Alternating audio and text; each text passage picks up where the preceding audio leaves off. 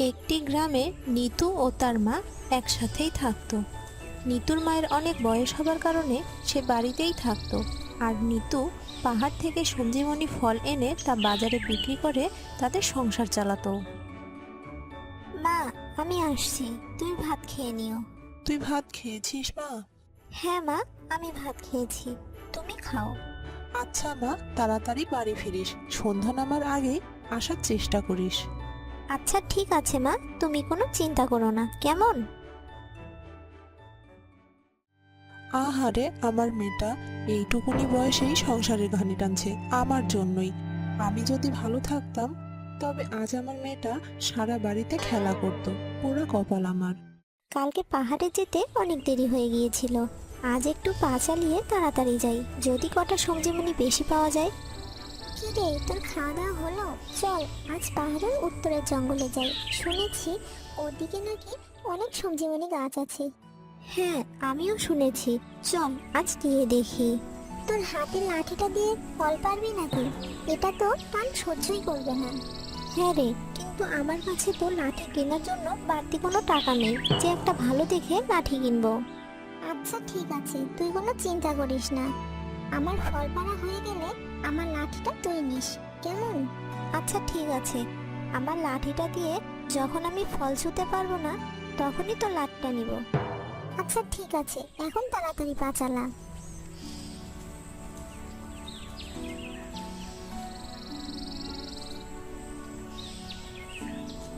এই লাঠিটা যদি আর একটু লম্বা হতো, সঞ্জীবনীর এই ঝোপাটা পাড়ানো যেত।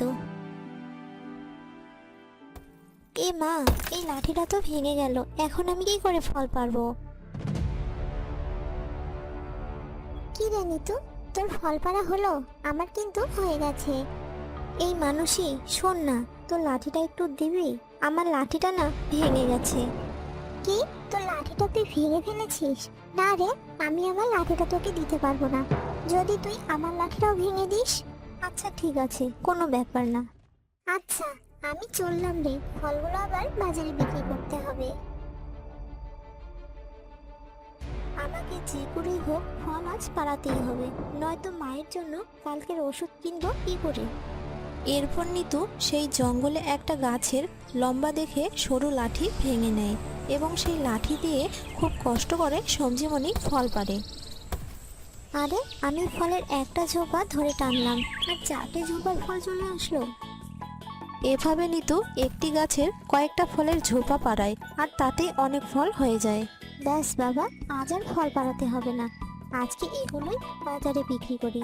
সন্ধ্যা নেমে আসছে, তাড়াতাড়ি বাড়ি যাই, নয়তো মা আবার চিন্তা করবে।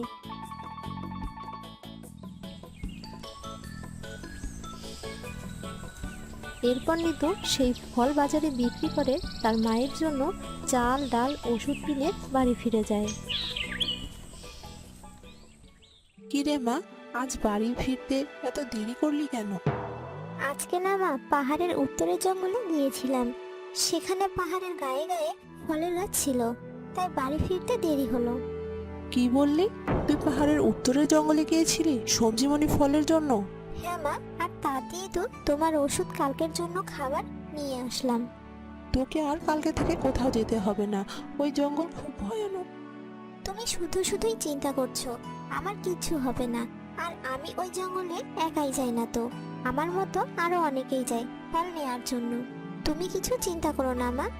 ওই জঙ্গল খুব ভয়ানক, কোন দিক থেকে বিপদ আসবে ধারণাও করতে পারবি না রে মা। আমাকে কোনো বিপদ ছুঁতে পারবে না মা, তোমার আশীর্বাদ সবসময় আমার সাথে আছে। সাবধানে যাস রে মা, আর তাড়াতাড়ি বাড়ি ফিরিস। তুমিও সাবধানে থেকো মা, এখন চললাম আমি। নিতু, নিতু, এই নিতু, পাহাড়ে যাবি না ফল নিতে? তাড়াতাড়ি আয়। দুজনে দুজনকে দেখে একটা মিষ্টি হাসি দিয়ে এরপর দুজনে উত্তরের জঙ্গলে যায় সঞ্জীবনী ফল পাড়ার জন্য। এই শোন না, এক কাজ করি, আমি এদিকে ফল পাড়ানোর জন্য যাই, আর তুই একটু দেখ যে কোথায় ছোট নিচু গাছ পাস কিনা। হ্যাঁ তাই কর, তোর কাছে লম্বা লাঠি আছে আর আমার কাছে এমনি একটা লাঠি। আমিও দেখি কোথাও ছোটখাটো গাছ আছে কিনা। আচ্ছা আমি গেলাম রে। এই বলে দুজনে দুদিকে ফল পাড়ানোর জন্য যায়। আর নিতুও তার মতো পাহাড়ের গায়ে গায়ে সবজিমণি গাছ খুঁজতে থাকে আর পেয়েও যায়। এই তো এখানে কত ছোট ছোট গাছ আছে, আর আমার হাতে এই লাঠিটা দিয়েই আমি এই ফলগুলো সব পাড়াতে পারবো। এই বলে নিতু ফল পাড়াতে শুরু করে এবং অনেক ফল জমাও হয়ে যায়। এরপর একটা ফল মাটিতে পড়ে গড়াতে গড়াতে নদীর পাশে গিয়ে আটকে যায়। আরে এই, তোকে আমি এত কষ্ট করে পালালাম আর তুই এই রকম করে গড়াচ্ছিস? দাঁড়া বলছি, আর যাস না, আর যাস না কিন্তু। এবার দাঁড়া, আমি আসছি তোর কাছে।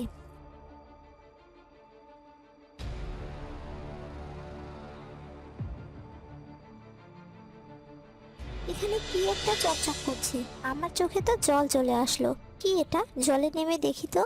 এই নিতু, তুই জলে নামছিস কেন? নদীর স্রোত অনেক বেশি, জলে নামিস না। এদিকে আয় মানসী, এখানে কি যেন একটা চকচক করছে। কি আবার জলের তলায় চকচক করছে? তাড়াতাড়ি গিয়ে দেখি তো, যে করেই হোক নিতুকে ওখান থেকে সরাতেই হবে। তুই সরে আয় নিতু, আমি দেখছি। তুই ওখানেই দাঁড়া, আমি তুলে আনছি। নিতু জল থেকে ওই ঘোড়াটা তুলে এনে দেখে। দে তো দেখি, আমাকে দে। দাঁড়া, আমি ঘোড়া ঢাকনাটা খুলছি। এইগুলো তো সব সোনা হিরে, আমি তো বড়লোক হয়ে গেছি। এই তুই এগুলো আমাকে দিয়ে দে বলছি। না, আমি কেন এগুলো তোকে দিব? এটা তো আমি নদী থেকে তুলে আনলাম। এই ঘোড়াটা আমি কাউকে দেব না। তুই এগুলো আমাকে না দিলে আমি তোকে মেরে ফেলবো, কিন্তু দিয়ে দে বলছি। তবে তুই তাই কর, আমার প্রাণ থাকতে এসব কাউকে দেব না। এই বলে মানসীর হাতে থাকা লাঠিটা দিয়ে নিতুর মাথায় আঘাত করে আর নিতুর সাথে সাথে জ্ঞান হারিয়ে ফেলে। মানসী ঘোড়াটা হাতে তুলতেই ঘোড়াটা নিতুর কাছে চলে যায় আর মানসীর পা পিছলে নদীতে পড়ে যায়। সেই নদীর স্রোতে মানসীকে ভাসিয়ে নিয়ে যায়। আমার মাথা অসহ্য যন্ত্রণা করছে। মানসী, তুই কোথায়? তুই কোথায় মানসী? ঘোড়াটা তো ঠিকই আছে।